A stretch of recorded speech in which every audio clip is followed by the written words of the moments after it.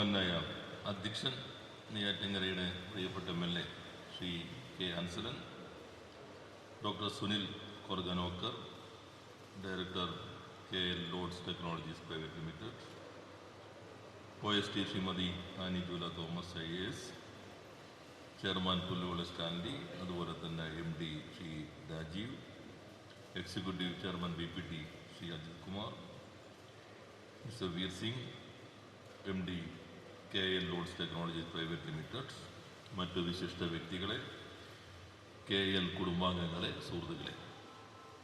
അപ്പോൾ KL lords technologies private limited ഈ joint venture സംവിധാനത്തിൻ്റെ ഉദ്ഘാടനവും പ്രൊഡക്റ്റിൻ്റെ ലോഞ്ചിങ്ങും നിർവഹിച്ചതായി ആദ്യം തന്നെ പ്രഖ്യാപിക്കുകയാണ്. KL നമുക്ക് എല്ലാവർക്കും അറിയാവുന്നതുപോലെ ഒത്തിരിയേറെ പ്രതിസന്ധികളിലൂടെ കടന്നു പോകുന്ന ഒരു സ്ഥാപനമാണ്. ഈ ഗവൺമെൻറ് ചുമതലയേറ്റതിന് ശേഷം ഞാൻ ആദ്യം ഇവിടെ ഒരു സന്ദർശനം മുൻകൂട്ടി പറയാതെ നടത്തുകയുണ്ടായി. അന്ന് വല്ലാത്തൊരു ക്രൈസിസ് ആയിരുന്നു. ക്രൈസിസ് ആണെങ്കിലും എന്തെങ്കിലും ക്രൈസിസ് ഉണ്ടെങ്കിൽ എല്ലാവരും അറിയിക്കും. അതിൽ പ്രത്യേക താല്പര്യമുള്ള ആളുകൾ KLൻ്റെ ഒരു കരുത്താണ്. അവരാണ് എന്ത് കുറവുണ്ടെങ്കിലും പെട്ടെന്ന് മാധ്യമങ്ങളിലൂടെ അറിയിക്കുകയും ചെയ്യും. എന്തായാലും അന്നത്തെ ആ പ്രശ്നത്തിൽ ശേഷം നമുക്കൊരു മുന്നേറ്റമുണ്ടാക്കാൻ കഴിയും. തൊഴിലാളികളും ഏറെ ബുദ്ധിമുട്ടുകളൊക്കെ സഹിച്ചിട്ടാണ് പല ഘട്ടങ്ങളിലും പ്രതിസന്ധിയുടെ ഭാഗമായി കൃത്യമായി ശമ്പളം ലഭിക്കാതെ കുടിശ്ശിക വരുമ്പോഴും സ്ഥാപനം മുന്നോട്ട് പോകണം എന്ന ആഗ്രഹത്തിൽ തന്നെ അവർ ഉറച്ചു നിന്നിട്ടുണ്ട്. അവരെല്ലാം ഈ സന്ദർഭത്തിൽ ഞാൻ പ്രത്യേകം അഭിനന്ദിക്കുകയാണ്. ഈ ജോയിൻറ്റ് വെഞ്ചർ എൻ്റെ ആശയം ഈ ഗവൺമെൻറ്റിൻ്റെ അല്ല, കഴിഞ്ഞ ഗവൺമെൻറ്റിൻ്റെ സന്ദർഭത്തിലാണ് 2020 ഒരു സംയുക്ത സംരംഭമാകാം എന്ന കാഴ്ചപ്പാടിൻ്റെ അടിസ്ഥാനത്തിൽ എക്സ്പ്രഷൻ ഓഫ് ഇൻട്രസ്റ്റ് ക്ഷണിക്കുകയുണ്ടായി. എക്സ്പ്രഷൻ ഓഫ് ഇൻട്രസ്റ്റിൻ്റെ പ്രോസസ്സും കഴിഞ്ഞ ഗവൺമെൻറ്റിൻ്റെ സമയത്ത് തന്നെ പൂർത്തീകരിച്ചിരുന്നു. ആദ്യം കണ്ണൂരാണ് അത് ഉദ്ദേശിച്ചിരുന്നത്. പിന്നീട് പല കാരണങ്ങളാൽ വൈകിപ്പോയി. ഒരു MOUയിലേക്ക് എത്താൻ തന്നെ 2 കൊല്ലം എടുത്തു. ഈ ഗവൺമെൻറ് വന്നതിന് ശേഷമാണ് MOUയിലെത്തിയത്. ആ സന്ദർഭത്തിൽ ലോഡ്സിൻ്റെ അവിടെയും ഒരു ഘടനാ മാറ്റങ്ങളുണ്ടായി. അവരെല്ലാം ശേഷമാണ് നമ്മൾ MOUയിലേക്കും JV ഗവൺമെൻറ് അംഗീകരിച്ച് നൽകിയത്. ഇപ്പോൾ KL lords technologies private limited, KLും ലോഡ്സ് ടെക്നോളജീസ് പ്രൈവറ്റ് ലിമിറ്റഡും ചേരുന്ന ഒരു ജോയിൻറ്റ് വെഞ്ചറാണ്. ആ ജോയിൻറ്റ് വെഞ്ചർ പ്രൊഡക്റ്റ് ചെയ്യുന്നത് സ്കൂട്ടറുകളാണ്, ഒപ്പം ട്രൈ വീലേഴ്സ്. ഇതാണ് ജോയിൻറ്റ് വെഞ്ചർ. KLൻ്റെ മേഖലയല്ല. KL പ്രൊഡ്യൂസ് ചെയ്യുന്നത് ഓട്ടോറിക്ഷയാണ്.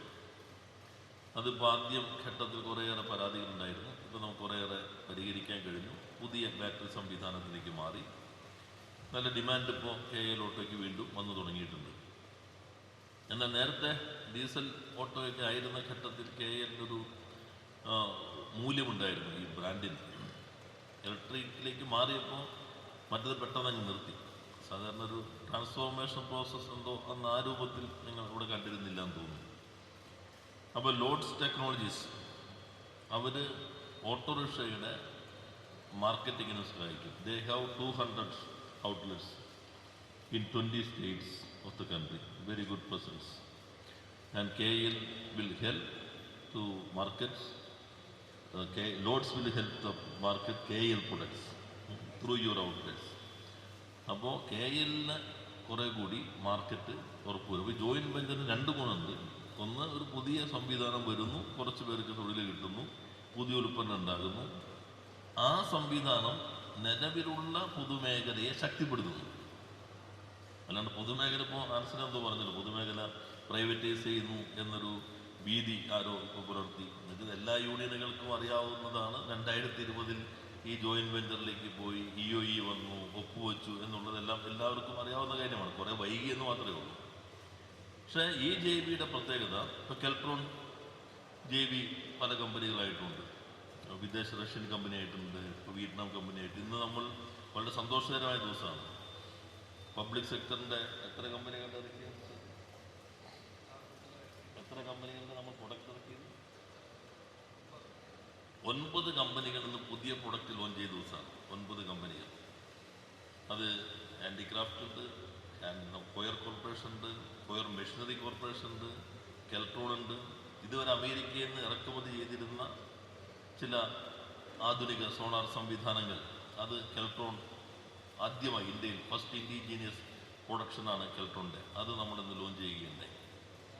കഴിഞ്ഞ വർഷം ജൂലൈയിൽ 11 പൊതുമേഖലാ സ്ഥാപനങ്ങളാണ് ലാഭത്തിലായിരുന്നത്.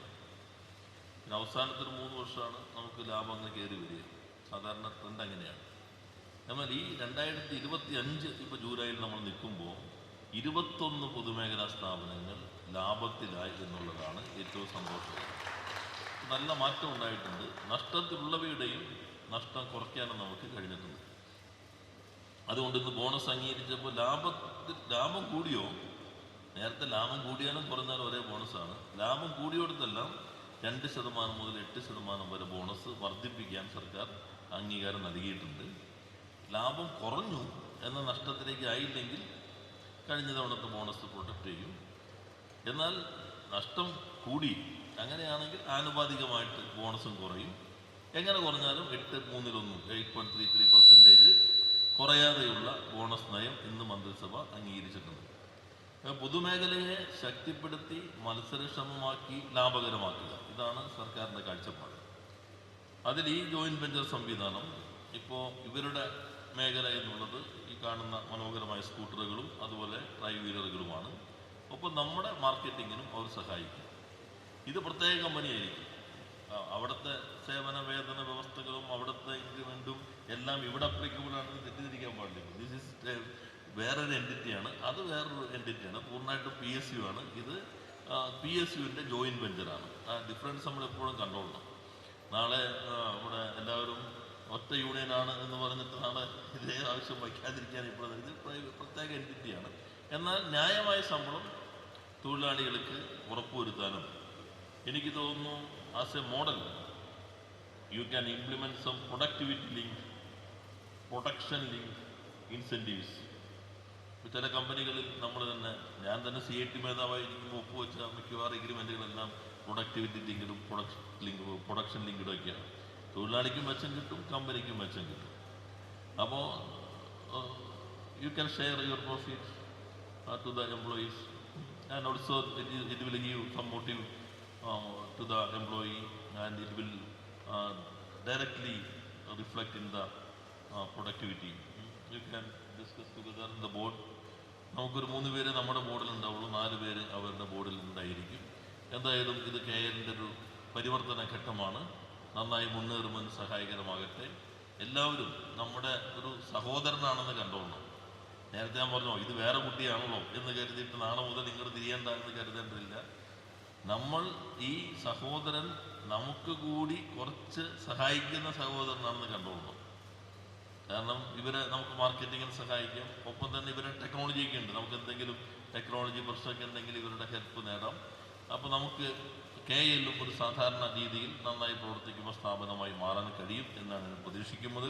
നിങ്ങളുടെ എല്ലാവരുടെയും അനുമതിയോടുകൂടി ഈ ഗ്രാൻഡ് ഓപ്പണിംഗ് നടത്തിയതായി പ്രഖ്യാപിച്ച് വാക്കുകൾ അവസാനിപ്പിക്കുന്നു. നന്ദി, നമസ്കാരം.